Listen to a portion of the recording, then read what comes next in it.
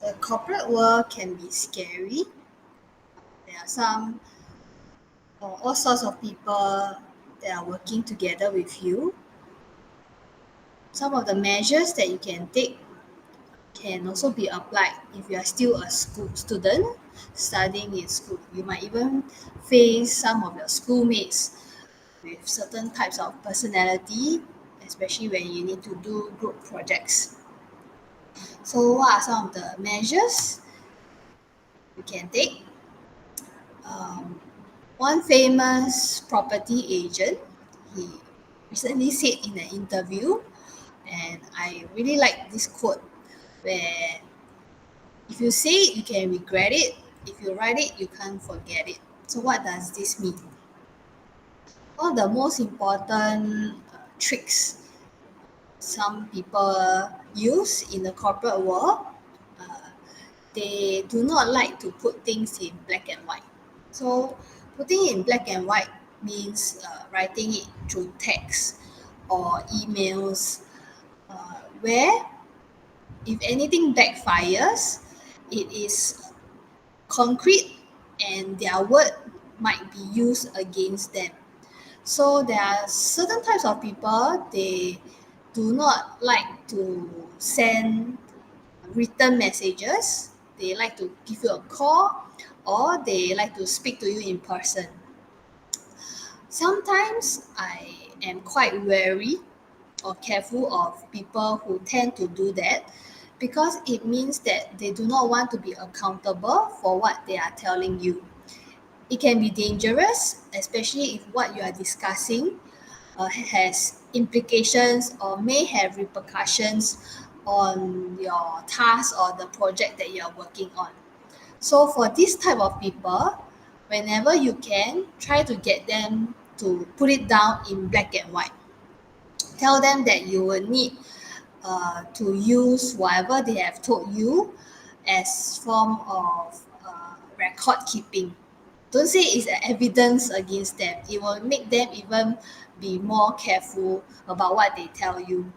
So, if whatever you are discussing is private and confidential, they say they cannot tell you. Nowadays, you can always classify your documents according to the level of confidentiality. So you can tell them that you will put it at the highest level. You will set a password to it where only people who are official, uh, officially allowed to access it will have the password. So you have to be firm with people who do not like to send things to you in black and white and be careful of such people. Then the second shield or second guard that you can have in the corporate world or even your college life is be ready to be accountable for your own words and actions. So I learned this when one of my colleagues, we were working in a customer facing line, and some customers or clients can be quite demanding and unreasonable. And when one of her customer was being unreasonable, this colleague was just doing her job, following policy and rules, but the customer wanted their way. So this customer threatened to complain against my colleague, thinking that it will scare her off and she will allow them to do whatever they want. Instead, my colleague say that we had worn a name tag on our uniform. So this colleague even pulled out her name tag and told the customer, "This is my name. Go and complain." So she's not afraid of the customer giving her negative feedback to the boss because this colleague knows that whatever she's doing is right. It is the company's policy. So the complaint will have no effect against her. If she has a good boss, the boss will stand by her side, will defend her. So when she did that, then the customer backed off and just went away. So when you in situations when you know that you are right, do not be afraid if people threaten you or challenge you, because eventually at the end of the day, they are the ones who will face the consequences, not you. So whatever you do, do not let, whether is it your clients or your other colleagues or even a superior, bully you into thinking that if they want to get their way, they will make you be afraid. As long as you have the courage to be accountable for your own actions, you know that you are right, do not back down. Then thirdly, learn to make it a habit to fact check sources, no matter what other people tell you. Even if you trust the person a lot, you are very close with them, you are friends outside of work, still it is better to fact check. It wouldn't take much effort for you to just do a double check, uh, rather than at the end of the day something goes wrong, it comes back to you, then you have to you do even more work in that sense. So why I say this is because I also have worked with someone who in front of you they tell you certain things, then in front of other people they will change their words in order to manipulate the situation. So how I found out is because I realized that the person will try to tell you, hey, the boss wants it done this way. Uh, but then when you speak to the boss separately, you realize that that wasn't the boss's idea at all. The person was just trying to make you think that the boss said that because that person wanted it to be done that way. And they use the boss as an authoritative figure to make you change your mind or to change your work. At the end of the day, who gets it? You are the one who changed it. So it will boil back down to you. But if you fact checked it against whatever the person told you, then you will know this person whether are they telling the truth or not. Then again, you will know whether to be careful of such people in future. If the person has been repeatedly telling you the correct thing, then maybe you can let your guard down a little bit. But again, just be careful. So many of us we wear different masks, different personas in different situations. So some people they can be very nice to you, then in other situations they might not be.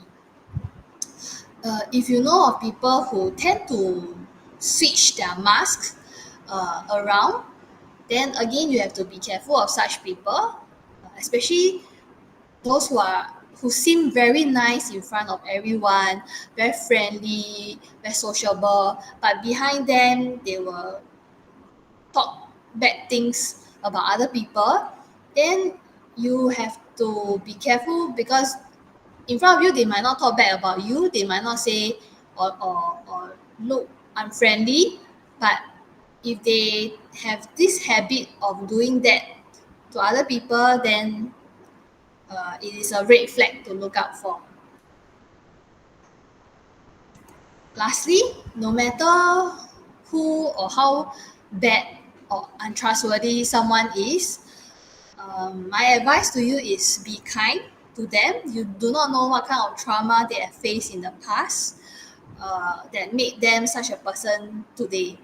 So one example is I have a colleague, who someone who shares the same office as me, and the way the person talk, I do not really like it. It can be quite brash and loud, quite critical of others. And when you ask for help from that person, the person is always not very willing to help because there's no implications of them whether they help you or not. So they choose not to help. Then the first reaction would be, you'll be quite angry with this colleague. But I just decided one day to be kind. Okay, it's fine if you do not want to help. I will go and ask other people, and instead of doing the same back to this colleague, I showed kindness. I was ordering lunch for everyone that was helping me with a certain project, and instead of excluding this colleague because this colleague didn't want to help, I even offered, hey, do you want to join us for lunch? I can order it together. That somehow softened the colleague, And day by day, as the day goes on, as weeks goes on, this colleague became kinder in her actions towards me as well. Maybe she realized that even though she didn't help me, he or she didn't help me, I didn't choose to be grudgeful against him or her. So I think kindness can also make the working relationship better. Again, you are not expected to be friends outside of work, but at least so you spend 10 hours a day in the office, make that 10 hours more bearable for everyone.